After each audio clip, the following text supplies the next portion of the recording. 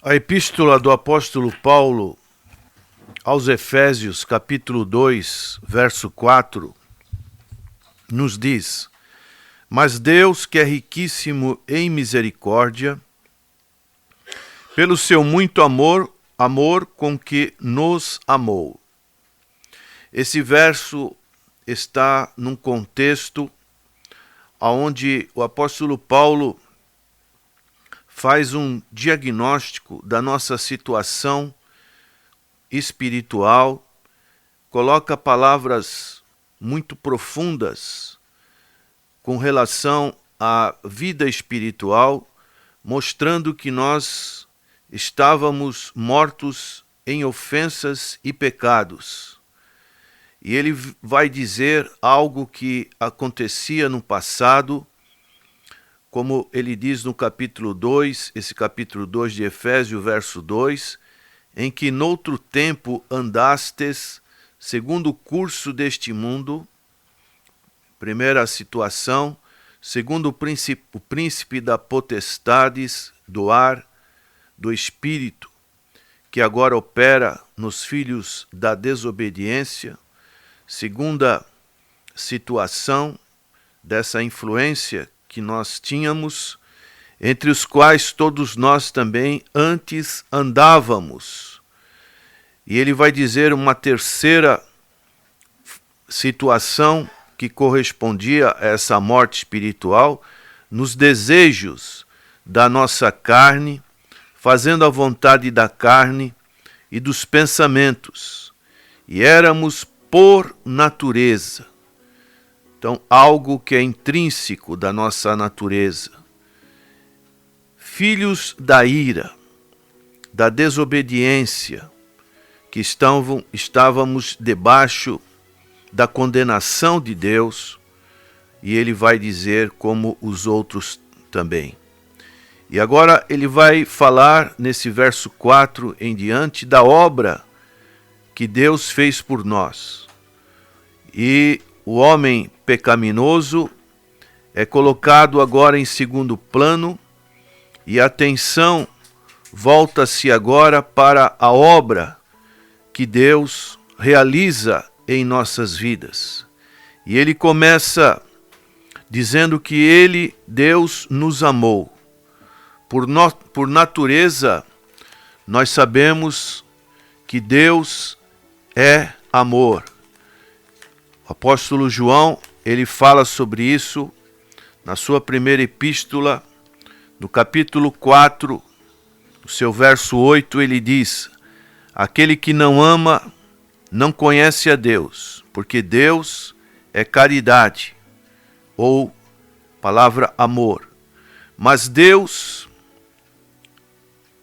amaria mesmo que não houvesse pecadores, pois o amor faz parte do seu ser.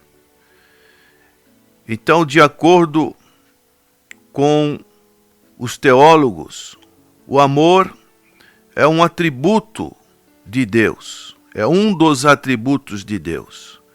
No entanto, Deus apresenta dois tipos de atributos que são importantes conhecermos da essência de Deus. Aqueles que possuem de per si, que podemos denominar atributos intrínsecos. E podemos dar o exemplo como a vida, o amor, a santidade.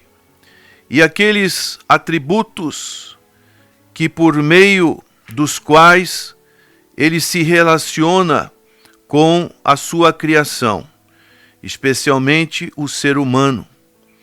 E podemos dizer que são atributos relativos.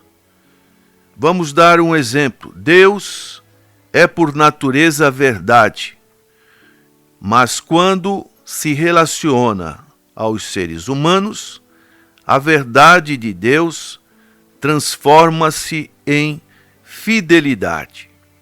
Deus é fiel. A verdade está com Deus. O Senhor Jesus disse: Eu sou o caminho, a verdade e a vida. e ninguém vem ao Pai senão por mim. E conhecereis a verdade, e a verdade vos libertará. A verdade está em Cristo. A verdade está na palavra do Senhor. E quando obedecemos essa verdade, nós temos que ter a segurança de que essa verdade, ela é fiel. Um outro exemplo, Deus é por natureza santo, mas em relação ao homem, essa santidade torna-se justiça. Então Deus tinha que punir o pecado, e essa punição, ela vem para aqueles que creem em forma de justiça. 2 Coríntios capítulo 5, verso 21, nos diz: aquele que não conheceu pecado, se fez pecado por nós, isto é, uma natureza santa, se fez pecado por nós lá na cruz do Calvário, para que através dele fôssemos feitos justiça de Deus. O amor é um dos atributos intrínsecos de Deus. Mas quando este amor é relacionado aos pecadores, transforma-se em graça e misericórdia. Por isso, Paulo, ele vai dizer nesse verso 4, mas Deus. Então essa palavra é muito importante.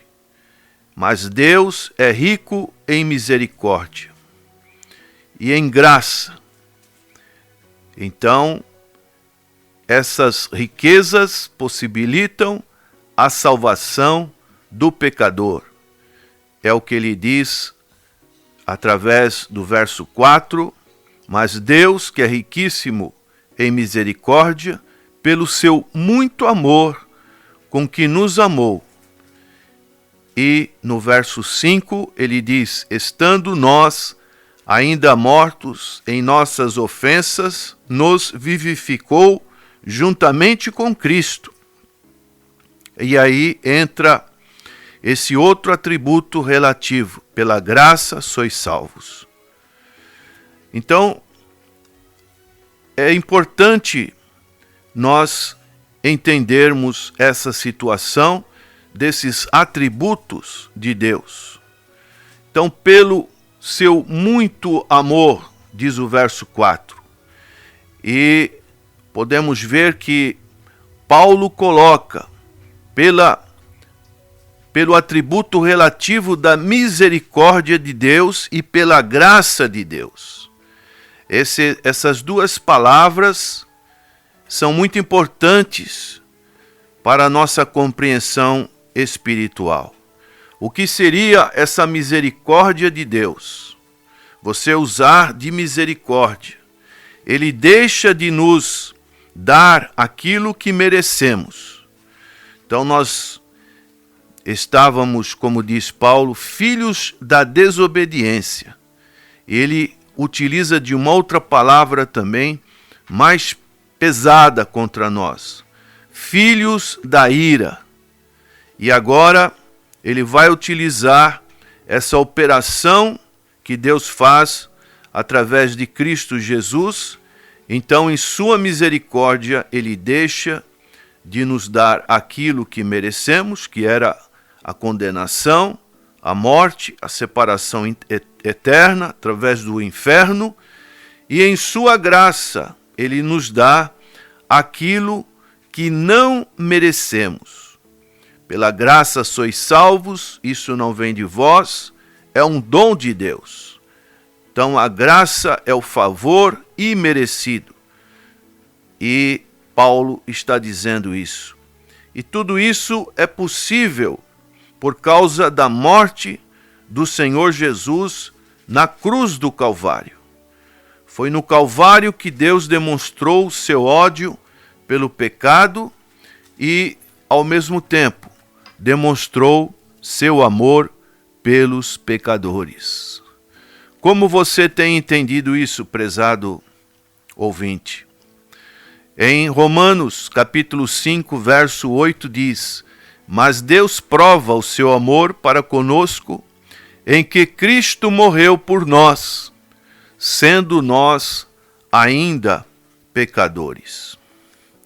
E uma outra parte que é importante, ele fala no verso 5 do capítulo 2 de Efésios: Estando nós ainda mortos em nossas ofensas, nos vivificou juntamente com Cristo, pela graça sois salvos. Isso significa que nos deu vida, mesmo quando estávamos mortos em pecados.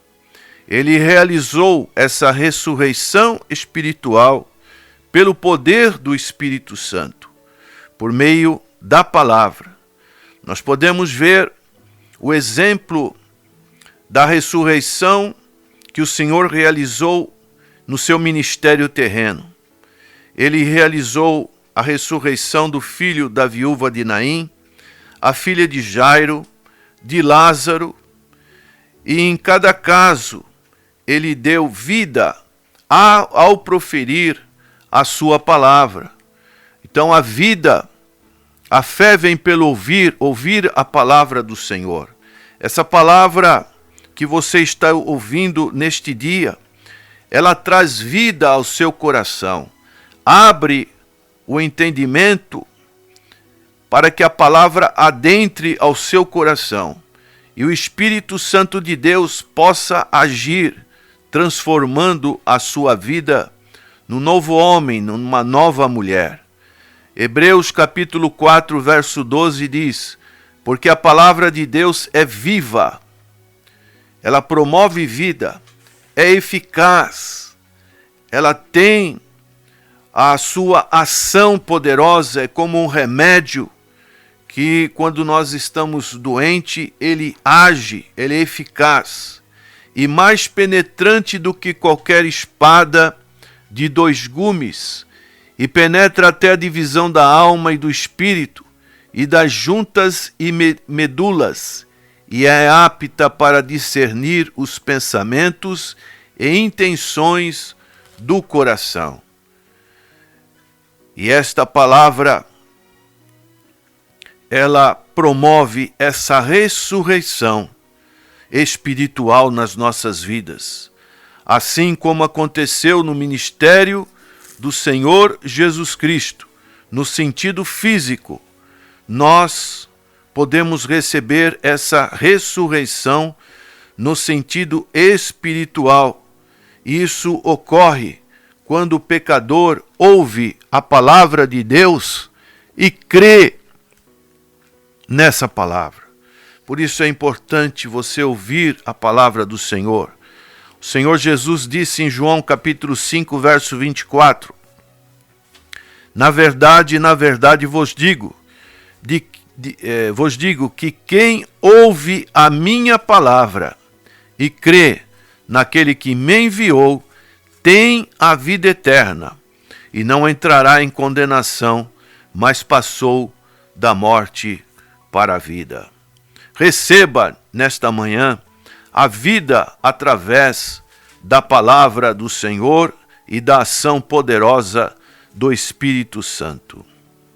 Mas, prezado ouvintes, ainda, nossa ressurreição espiritual, ela é muito maior, pois realiza a nossa união com Cristo. Paulo fala isso também em Romanos capítulo 6, quando ele fala do batismo. Nós estamos unidos com Cristo. Deus nos deu vida juntamente com Cristo. Somos unidos com Ele como membros do seu corpo. É o que ele diz no capítulo 1, verso 22 e 23. E sujeitou todas as coisas a seus pés, e sobre todas as coisas o constituiu como cabeça da igreja, que é o seu corpo, a plenitude daquele que cumpre tudo em todos. Então nós temos essa ressurreição com Cristo, através dessa união. E mais, Ele também nos exalta. Quando ele nos dá vida, é o que Paulo vai dizer no verso 6. E nos ressuscitou juntamente com ele, e nos fez assentar nos lugares celestiais em Cristo Jesus.